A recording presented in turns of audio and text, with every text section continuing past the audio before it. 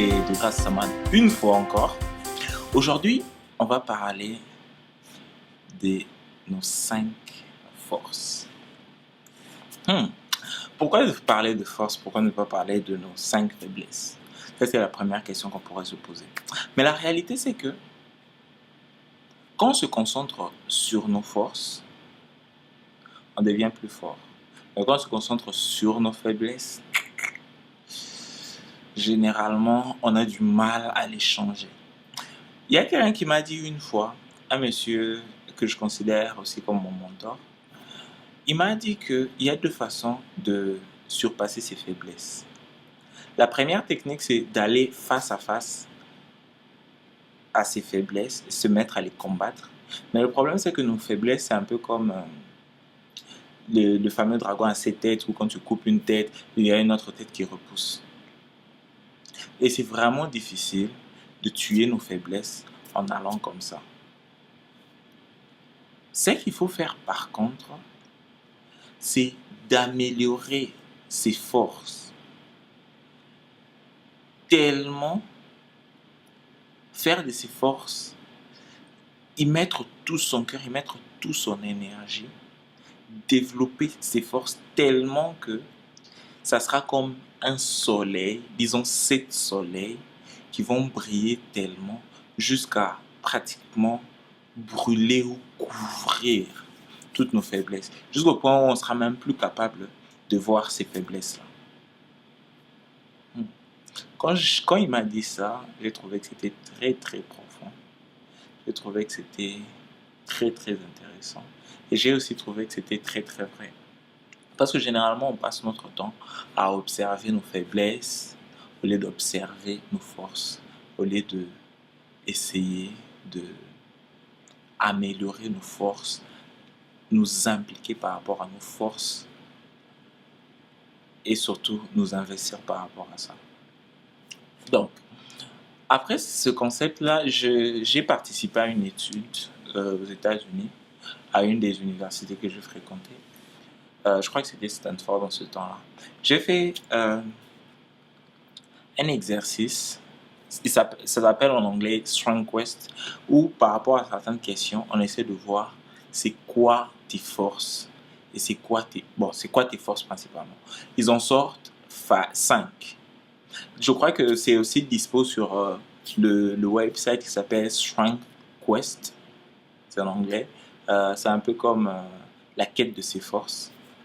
Si vous avez le temps, vous pouvez checker, essayer de voir, peut-être que ça pourra aider. Donc, par rapport à ça, j'ai sorti ce petit résumé par rapport à mes forces. Donc, je vais vous le lire, comme ça vous aurez une idée. La première force, d'après le Strength Quest, la compagnie, c'est que je suis un learner. J'aime apprendre des trucs, je suis passionné par les idées, je suis passionné par le fait d'apprendre. Je n'ai pas besoin d'être le meilleur dans un sujet, mais j'utilise toute la connaissance, de la connaissance d'une part et d'autre pour essayer d'être le meilleur dans ce que je fais. Ça, c'est le premier point.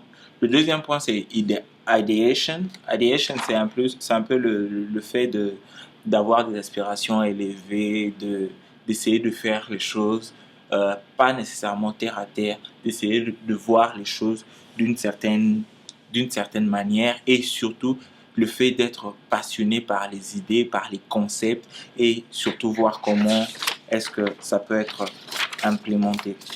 Et puis ma troisième force, c'est restorative.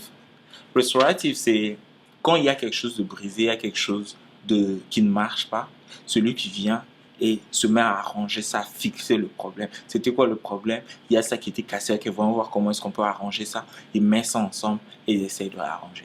Donc ça, c'est la troisième force, restorative.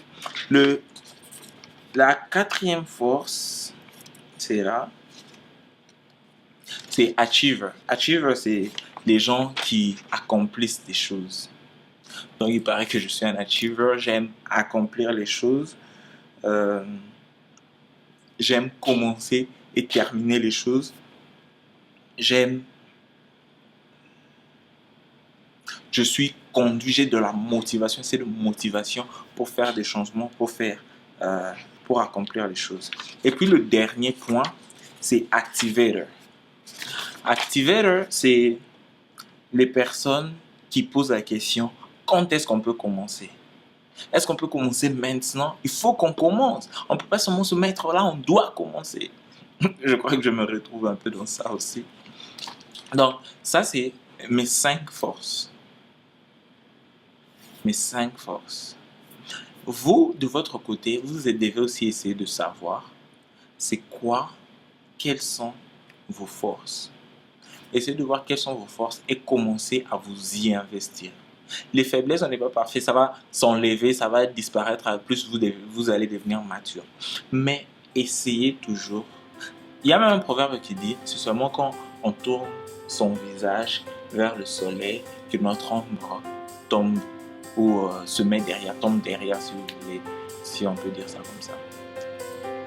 Donc, concentrez-vous sur vos forces, concentrez-vous sur ce qu'il y a de positif en vous, concentrez-vous sur vos qualités et agrandissez-les.